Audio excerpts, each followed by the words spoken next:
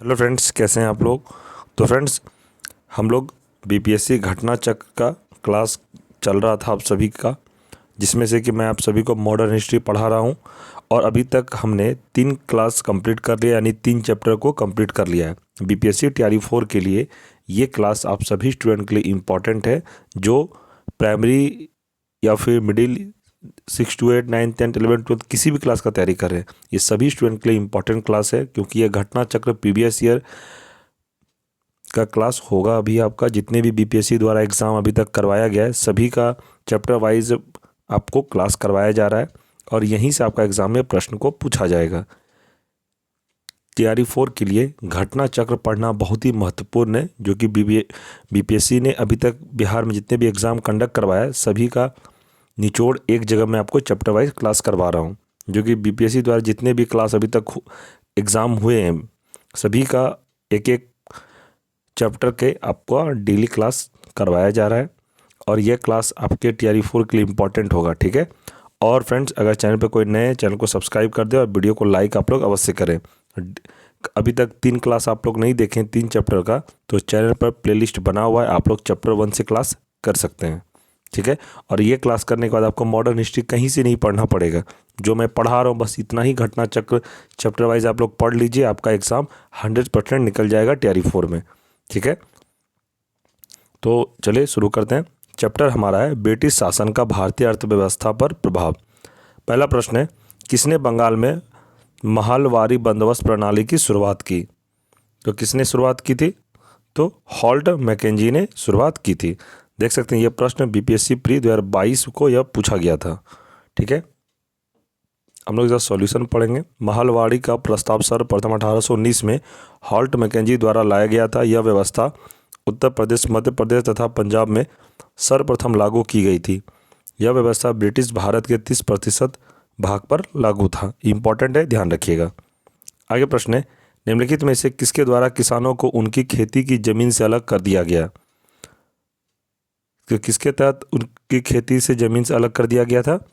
क्या अस्थाई बंदोबस्त। अब अस्थाई बंदोबस्त किसने प्रारंभ किया था उसके बारे में पढ़ते हैं। ये लॉर्ड कॉर्नवालिस द्वारा 1793 में प्रारंभ की गई अस्थाई बंदोबस्त व्यवस्था में भूमि का स्वामित्व जमींदारों को दे दिया गया तथा किसान भूमिहीन हो गए, जिसके कारण किसान जमींदारों की दया पर आश्रित हो गए थे। इंपॉर्टेंट प्रश्न है, ये टीआरई 1 में पूछा गया प्रश्न है। ठीक है। तो टीआरई 4 में ये प्रश्न आने का काफ़ी प्रबल संभावना देख सकते हैं। बीपीएससी हेडमास्टर 2022 को जो एग्ज़ाम हुआ था उसमें यह प्रश्न को पूछा गया था। आगे प्रश्न है, रैयतवाड़ी व्यवस्था प्रारंभिक रूप से प्रारंभ की गई। तो कब प्रारंभ की गई थी? तो तमिलनाडु में। कहाँ प्रारंभ की गई? तो तमिलनाडु में। ठीक है। रैयतवाड़ी व्यवस्था प्रारंभिक रूप से 1792 में आधुनिक तमिलनाडु के बारामहल जिले से प्रारंभ की गई थी। यह व्यवस्था मूल रूप से वर्ष 1820 में मद्रास के तत्कालीन गवर्नर टॉमस मुनरो द्वारा प्रारंभ की गई थी। सर्वप्रथम यह मद्रास, बॉम्बे प्रेसिडेंसियों तथा असम के कुछ भागों में शुरू की गई थी। यह व्यवस्था लगभग 51% भूमि पर फैली थी। रैयतवाड़ी व्यवस्था के तहत सरकार और काश्तकारों के बीच एक सीधा समझौता किया जाता था। ठीक है, ध्यान रखिएगा। आगे प्रश्न है, भारत में कपास की पैदावार के लिए कृषि विभाग की स्थापना की मांग किसने की थी। तो किसने मांग की थी? तो मैनचेस्टर कॉटन सप्लाई एसोसिएशन ने। ठीक है, ये इंपॉर्टेंट प्रश्न है टीआरई 4 के लिए, ध्यान रखिएगा इसको। भारत में कपास की पैदावार के लिए कृषि विभाग की स्थापना की मांग मैनचेस्टर कॉटन सप्लाई एसोसिएशन द्वारा की गई थी। मैनचेस्टर कॉटन सप्लाई एसोसिएशन की स्थापना 1857 में और मैनचेस्टर कॉटन कंपनी का गठन 1859 में किया गया था। इसका उद्देश्य विश्व में के प्रत्येक हिस्से में कपास के उत्पादन को प्रोत्साहित करना था। ठीक है, ध्यान रखिएगा इसको। आगे प्रश्न है, भारत में अंग्रेजी शासनकाल का सबसे भयंकर अकाल निम्न में से किस दौरान पड़ा। तो सबसे भयंकर अकाल किस दौरान पड़ा था अंग्रेजी शासनकाल में?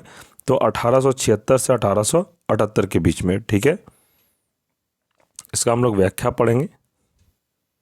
व्याख्या पढ़ने से प्रश्न ज़्यादा क्लियर होता है। ठीक है, तो आप लोग बस सुनिए, सुनकर आपको याद हो जाएगा। भारत में अंग्रेजी शासनकाल के दौरान सबसे बड़ा अकाल 1876 से 1878 में पड़ा। यह संपूर्ण भारत में फैला हुआ था। इसमें 50 लाख व्यक्ति मारे गए। इसके बाद सन 1878 में वायसराय लॉर्ड लिटन द्वारा रिचर्ड स्ट्रेची की अध्यक्षता में प्रथम अकाल आयोग गठित किया गया। इस अकाल में सर्वाधिक प्रभावित प्रदेश मद्रास, बम्बई, मैसूर, हैदराबाद, मध्य भारत के कुछ भाग तथा पंजाब थे। ठीक है, इंपॉर्टेंट है, ध्यान रखिएगा। आगे प्रश्न है, भारत के लिए अकाल संहिता की सिफारिश किस आयोग द्वारा की गई थी?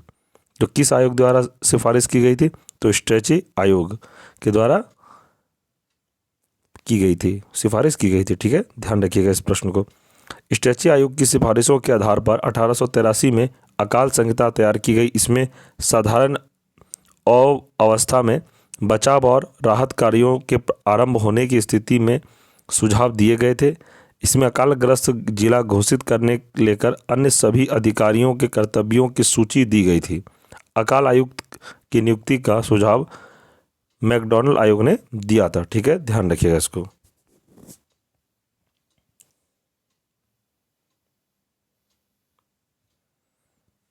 होम चार्जेस या ब्रिटेन में भारतीय सरकार के खर्चे में समाहित थे। तो इसका क्या आंसर हो जाएगा?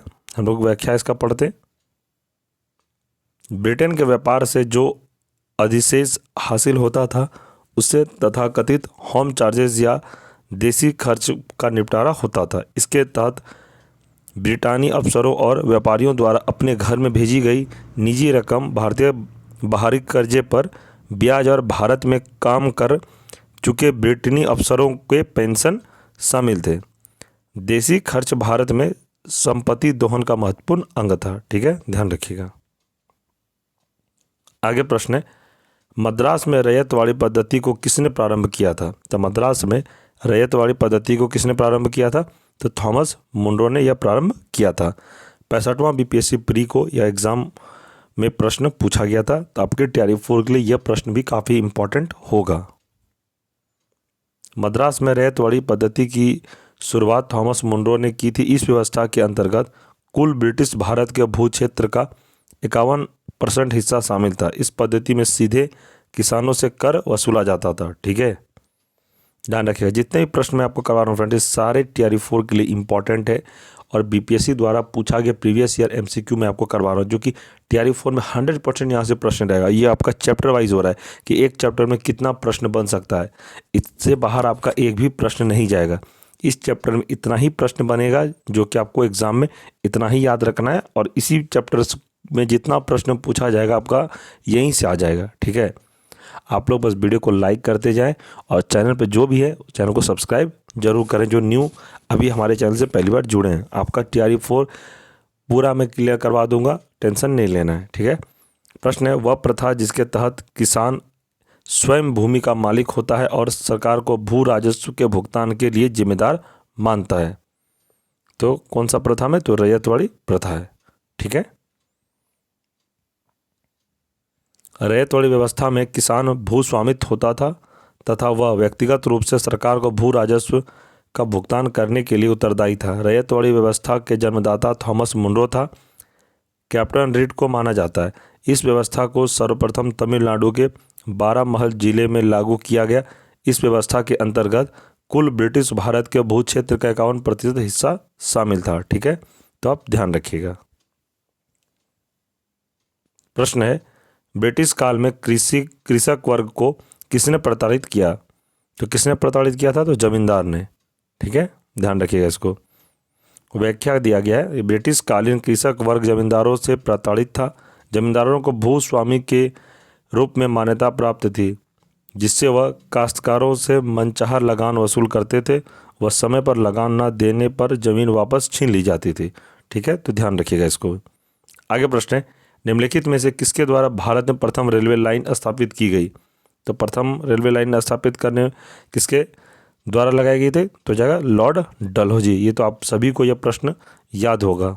ठीक है, भारत में प्रथम railway line British governor general Lord Dalhousie के समय बिछाई गई। बम्बई से थाने तक 1853 में प्रथम रेल भारत में चली। यद्यपि रेलवे लाइन बिछाने का वृहद स्तर पर कार्य लॉर्ड कर्जन के समय हुआ था। ठीक है, तो ये प्रश्न देखते हैं, काफ़ी इंपॉर्टेंट है। बीपीएससी 48वां और 52वां प्री दोनों में ये प्रश्न पूछा गया था। आगे प्रश्न है, अतः सदैव सहमति के साथ और अक्सर वाणिज्य मंडल में निर्देशों पर भारत सरकार चलती है और इसे व्हाइट मैन्स बर्डन कहा जाता है, यह किसने कहा था?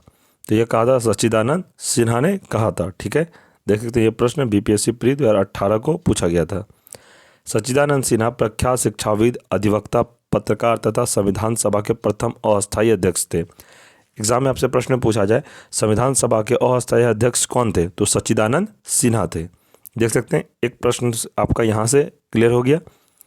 वे ब्रिटिश उपनिवेशवाद के आलोचक थे। उन्होंने ब्रिटिश आर्थिक नीतियों को हमेशा शोषणकारी बताया एवं आलोचना की। उन्होंने कहा कि ब्रिटिश प्रशासन और सरकार भारत का शोषण कर रहे हैं तथा अंग्रेजी राज के लिए काम कर रहे हैं।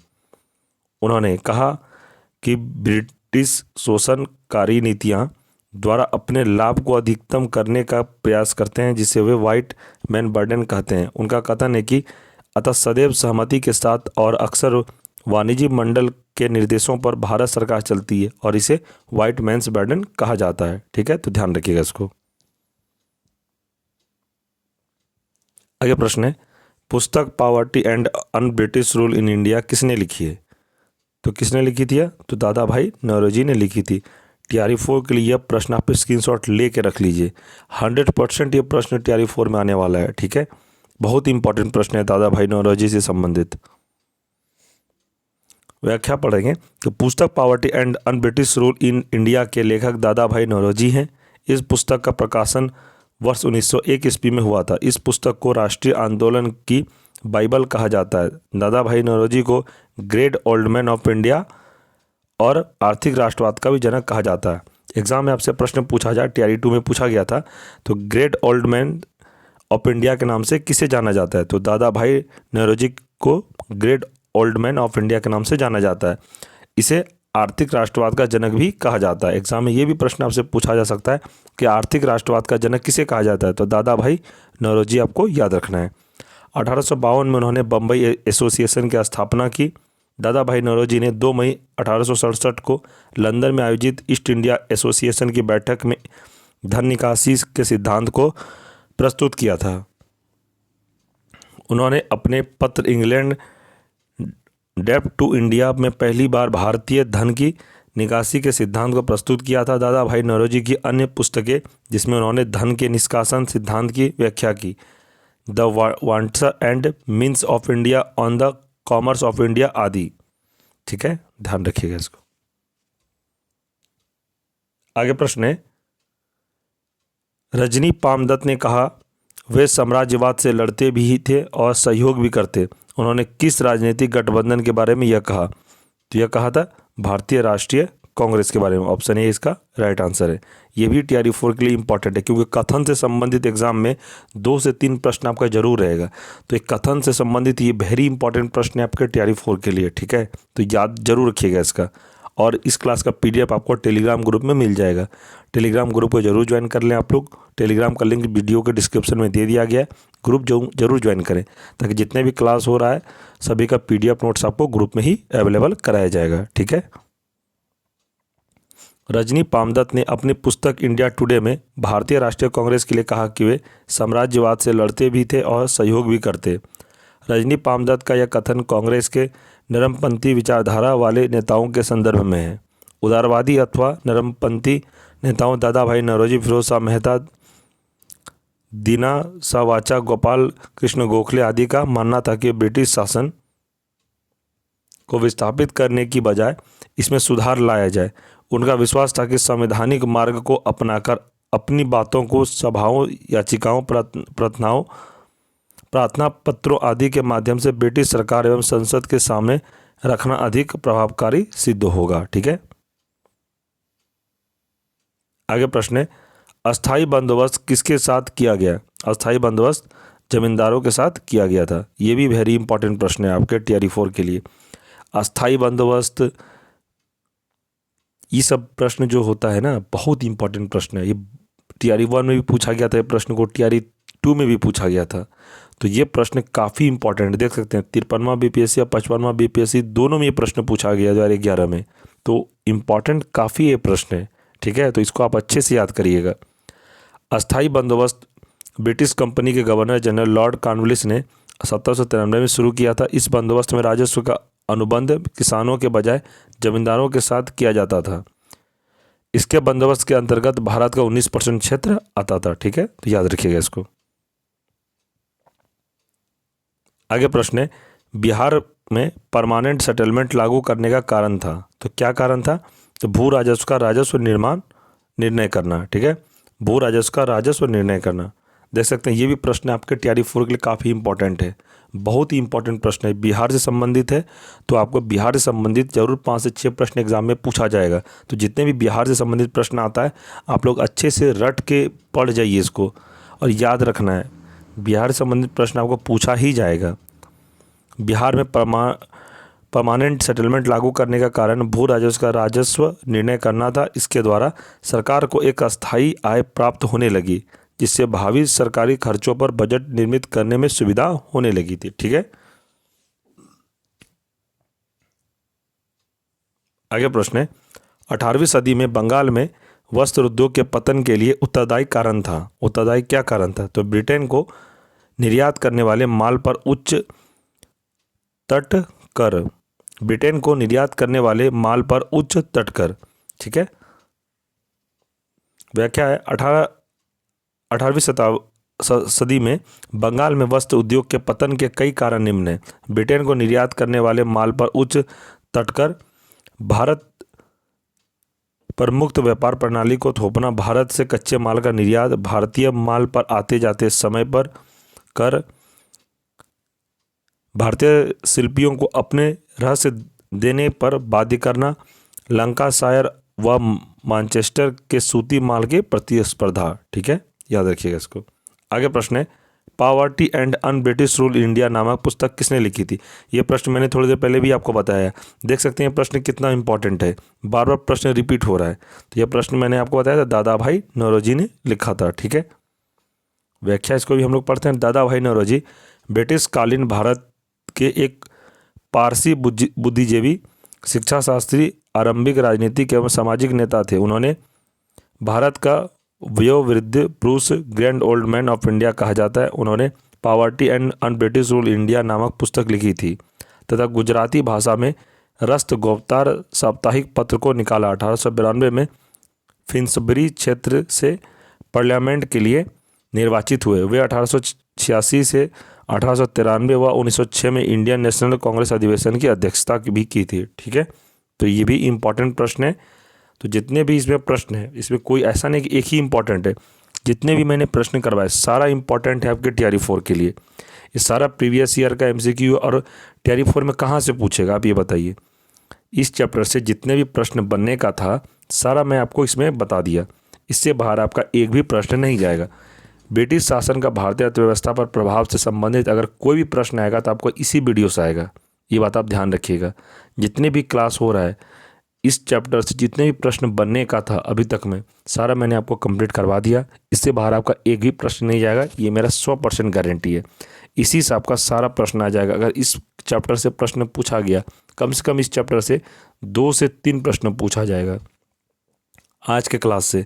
आज का क्लास अगर आप अच्छे से कर लेते हैं तो आपका 3 प्रश्न यहाँ से क्लियर हो जाएगा, और इसी क्लास से आपको 3 प्रश्न एग्जाम में देखने को मिलेगा TRE 4 में, ठीक है।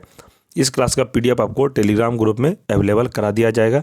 टेलीग्राम का लिंक इस वीडियो के डिस्क्रिप्शन में दिया हुआ है। आप लोग ग्रुप को जरूर ज्वाइन कर लें ताकि जब भी इस चैनल पर क्लास हो, क्लास से रिलेटेड इन्फॉर्मेशन, किसी भी एग्जाम से संबंधित इन्फॉर्मेशन टेलीग्राम ग्रुप में ही दिया जाता है। और जितने भी क्लास होती है सभी का PDF नोट्स ग्रुप में ही कराया जाता है, यानी सेंड कर दिया जाता है, ठीक है। तो फ्रेंड्स ये वीडियो आपको कैसा लगा? वीडियो अच्छा लगा तो लाइक करें, ज़्यादा से ज़्यादा कमेंट करें, और यह क्लास जो TRE 4 का आप लोग को किसी फ्रेंड सर्कल में कोई तैयारी करे उनको यह वीडियो को जरूर शेयर कर दें, अपने WhatsApp पे शेयर करें। जो चैनल पे पहली बार देख रहे हैं, जो नए हैं, चैनल को सब्सक्राइब कर दें ताकि TRE 4 से संबंधित जितने भी क्लास हो आपको सबसे पहले नोटिफिकेशन मिले, ठीक है। तो फ्रेंड्स अच्छे से तैयारी करिए, बार बार रिवीजन करिए, इंडियन ज्योग्राफी का भी क्लास मैं करवा रहा हूँ दोपहर में। जो लोग अभी तक नहीं देखे, इंडियन ज्योग्राफी का भी प्लेलिस्ट बना हुआ है चैनल पर।